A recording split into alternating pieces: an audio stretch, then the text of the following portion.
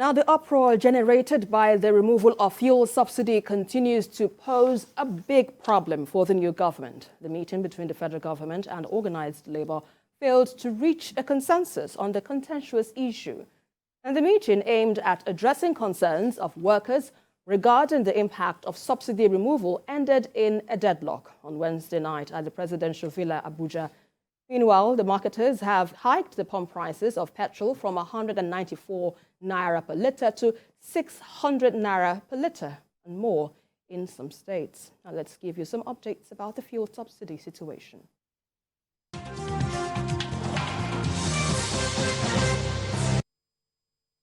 Of the Organised Labour coming out of a meeting with the federal government over the contentious issue of the withdrawal of petrol subsidy.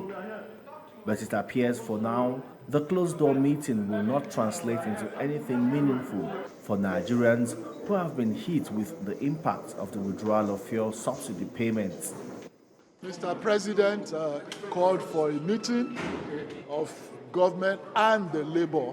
The federal government is optimistic that the impasse will be amicably resolved, but it did not budge in its earlier decision to stop payment of petrol subsidy, as they continue holding talks towards a favorable outcome. Necessarily, labor unions will be agitated if there's any slight change in any price of any commodity, whether it's fuel, whether it's garri or bread. Labor will be agitated. That is what we are talking about. But in terms of pricing, you cannot control price when there is a deregulation. So there is a deregulation. The price you have today could go up tomorrow, could go down tomorrow. There will be interventions. We're not calling it palliative this around, but there will be interventions, at least so that the impact on the poorest of the poor in the society would be very minimal. The petrol crisis is a litmus test for President Bola Tinubu. His administration will have to delicately handle a crisis that has festered since the previous administration. Organised Labour is also not mincing words. They want the federal government to revert to status quo, consult widely with critical stakeholders, and put in place measures that will minimize the impact of the fuel subsidy removal. We go back to status quo, negotiate, think of alternatives, and all the effects and how to manage the effects this action is going to have on the people. If it is an action that must take off, the subsidy provision has been made up to the end of June. And before then, conscious people, labor, management, government should be able to think of what will happen at the end of June. Yes, if you listen to the president during the inauguration at Eagle Square, he said that one of the hallmarks of this administration is going to be dialogue, it's going to be consultation, and that that this will be the hallmark, that they are not going to lord it over us, trying to paraphrase what he said, and not to be a dictator. So if you read it, it is clearly written there. And what has happened in terms of, as at today, has not shown what was written in his address. As the days in the life of the Bola Tinubu presidency begins to count, Nigerians will hope for some quick fixes that will reduce the impact of the withdrawal of petrol subsidy payments on the standard of living in the country. Femi Akonde, TVC News, Abuja. Right, before we get into the nitty-gritty of the conversation, BKO, let's briefly understand what is fuel subsidy and why is it a major topic in Nigeria today?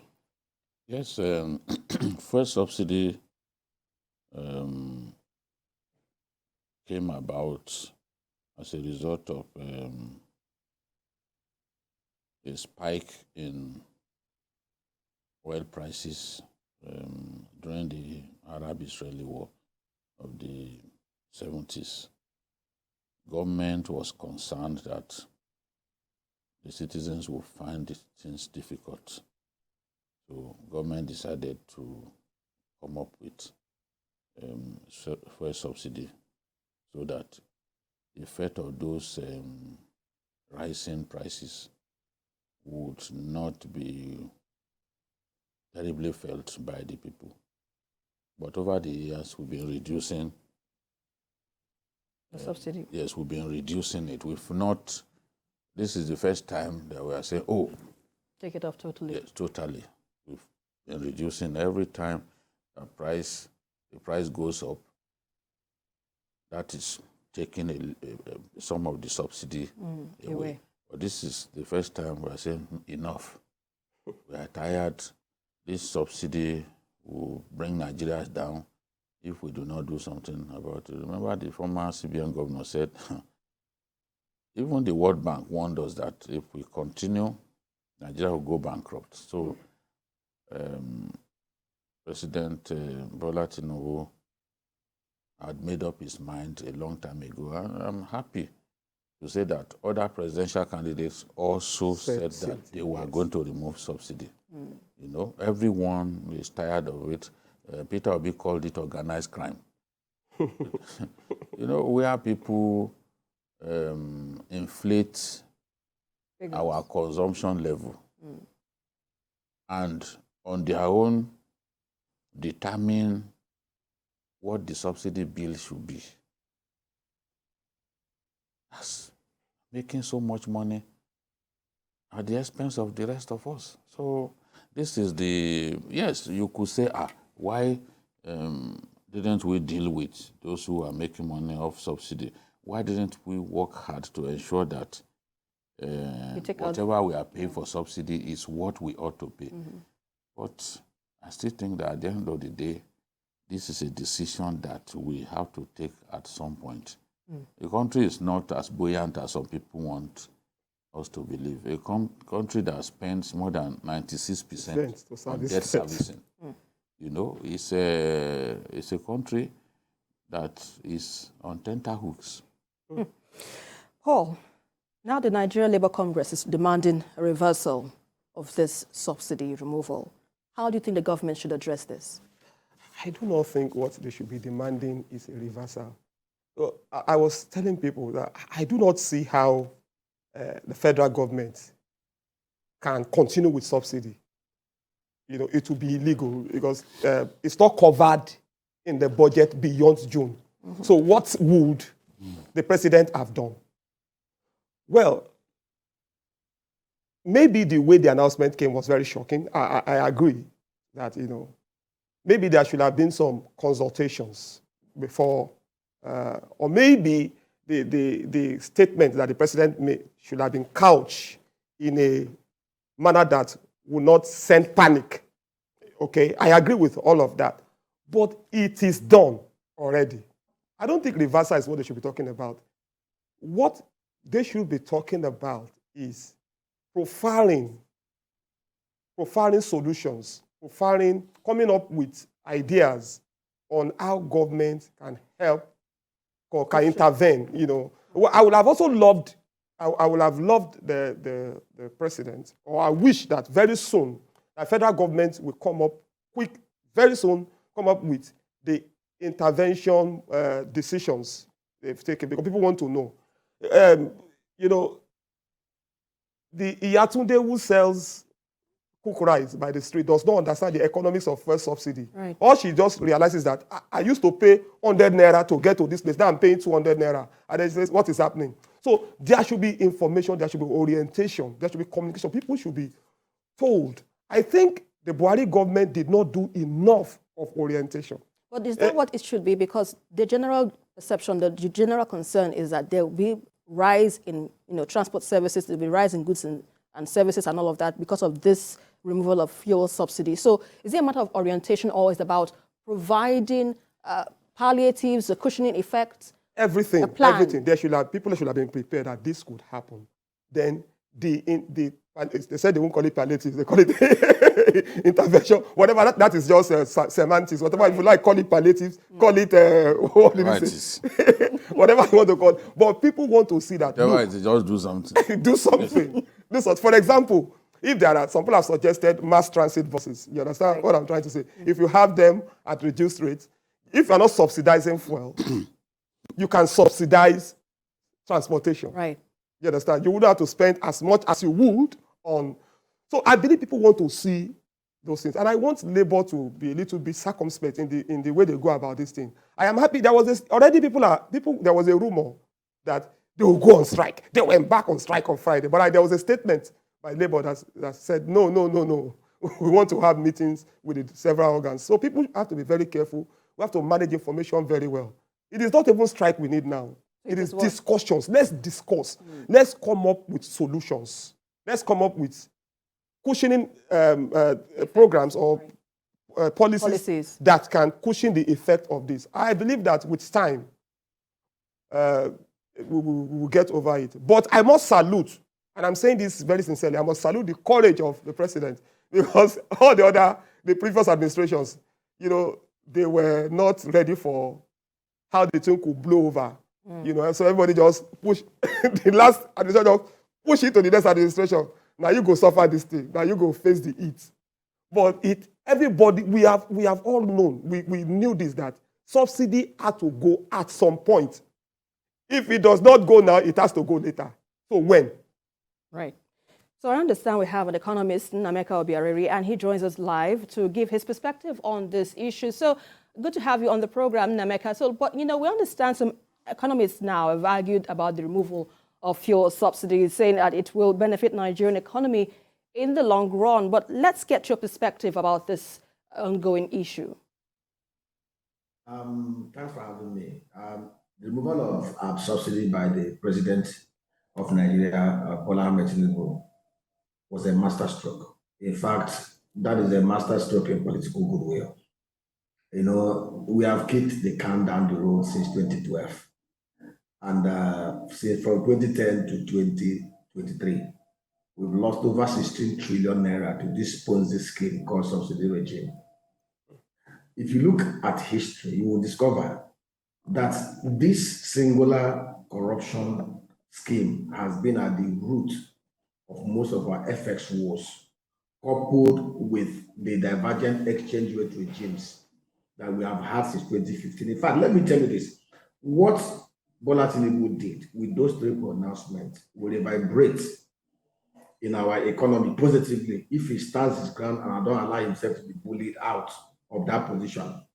Removal of FX subsidy, that will save us over 7 trillion naira that we burn every year on fuels.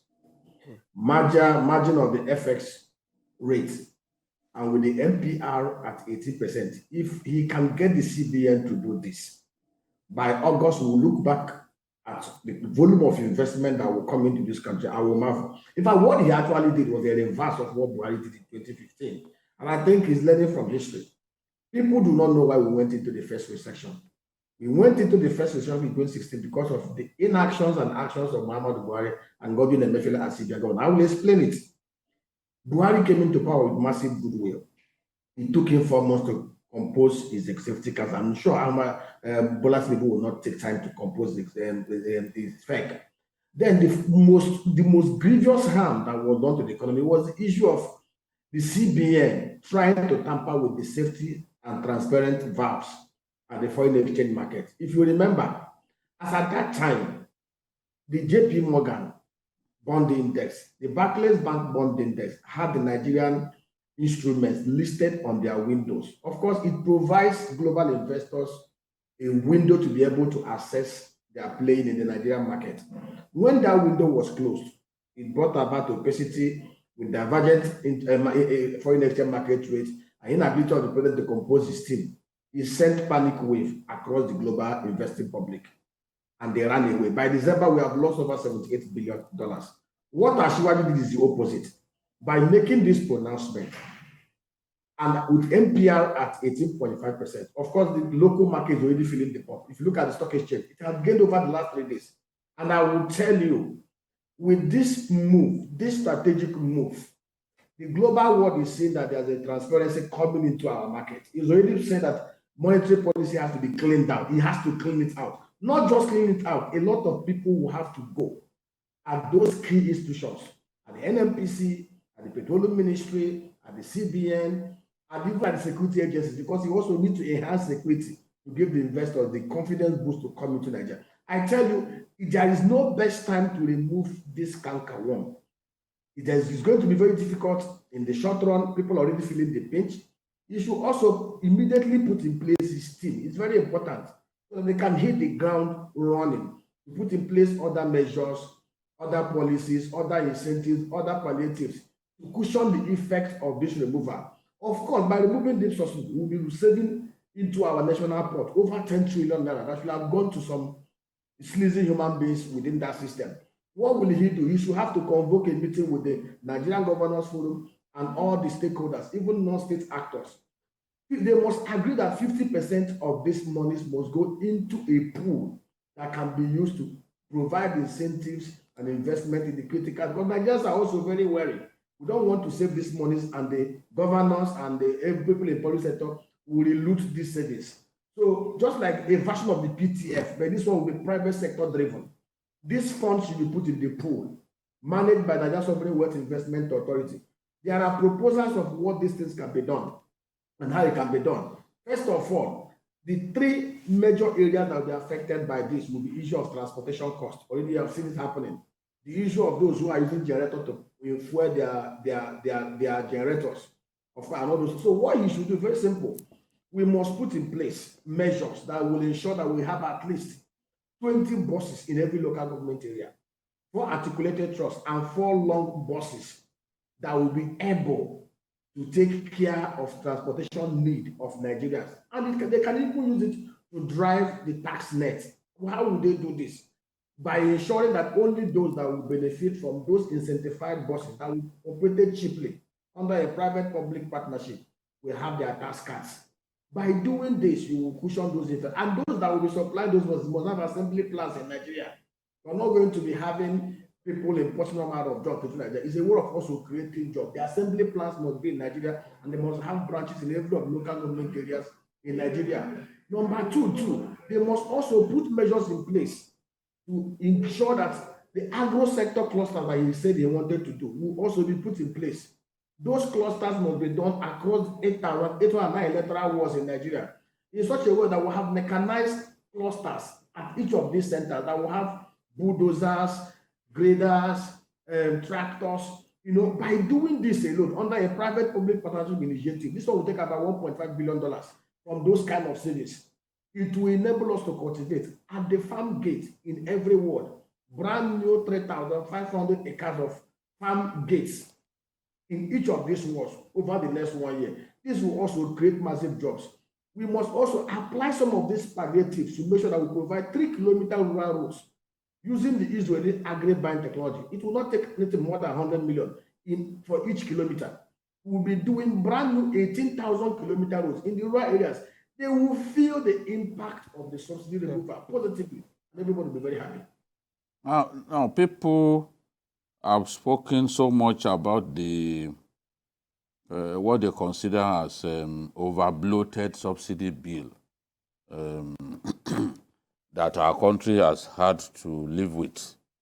By your own checks and estimation, what is, give or take, our current consumption level vis-a-vis what the NNPC continues to take as subsidy bill? Okay, if you look at, let's go back to history, because it will help us, enable us to understand where we are and where we're coming from. As of 2007, May 29 to be precise, when Obasanjo handed over to Yar'Adua, go and check the records at the NNPC, and also compare the records at the U.S. Energy Administration Agency that has clear records of energy consumption, PMS, gas oil across the world. Accurate records. As of 2007, Nigerian consumption was about 22 million liters a day. As at that time, South Africa had about 30 million liters a day. Go and check those records, they are there. As at that time, U.S. consumption was put at about 1.39 billion liters a day. Fast track to 2011. South African consumption stood at 31 million liters a day, which is within the band, not less than 2% change. That of the US, we stayed at 1.42 billion liters a day, within 3% band. But that of Nigeria ballooned to 47 million liters a day. Of course, that was what triggered the National Assembly probe of 2012, when Busola Saraki, then Senator, raised an alarm that 240 million was provided for subsidy payments in the budget. But by that time, they've already drawn about 1.3 trillion extraordinary expenditure. The National Assembly went about probing, and they discovered that most of the acclaimed import into Nigeria were not brought into Nigeria. There were a lot of kiting and mismanagement and the fraud by the marketers. And a lot of people were prosecuted. A lot of people made the reform to the federal government. Of course, that was what led to the first attempt by Jonathan to remove subsidy in 2012 that was resisted by Nigerians. Now, fast forward, 2015, Kachukwu, when he became the petroleum minister, Minister for State for Petroleum Resources, did an audit and came up with a report that our average consumption ranged between 28 million liters to 32 million liters. And that was actually our consumption. Compared to the records at the U.S. Energy Administration Agency, it was the same. Within that band, 27, 28, 32 million liters. Kachukwu was removed, and Mike Antibari became minister, GMD of NNPC in 2016. That was when this ghost consumption started. All of a sudden, from 32 million, we are told that we are consuming 66 million liters every day. That was what they were importing. In fact, the madness even culminated in 2021 when they told us around April, May that the consumption moved from 63 million liters a day to 73 million liters to 90. In fact, at the time, they even reported 102 million liters. DPR in February 2020 told us that daily consumption based on their own record was 38 million liters. If you go to the U.S. Energy Administration Agency and look at the record as at 2022 December, you will see, compare it with the records consistently over the last 16 years across West Africa, other countries across the whole world, Asia, America, Europe. You will discover that Nigeria is the only country that witnessed a jump of 176% increase in consumption of petroleum products over 15 years. Others are within 5%, 20% band. That shows you the kind of criminality that we have accommodated over the last 13 years, and which must go, because if we don't remove subsidy, we will end up subsidizing the rest of West Africa. All right, I want to ask you this question.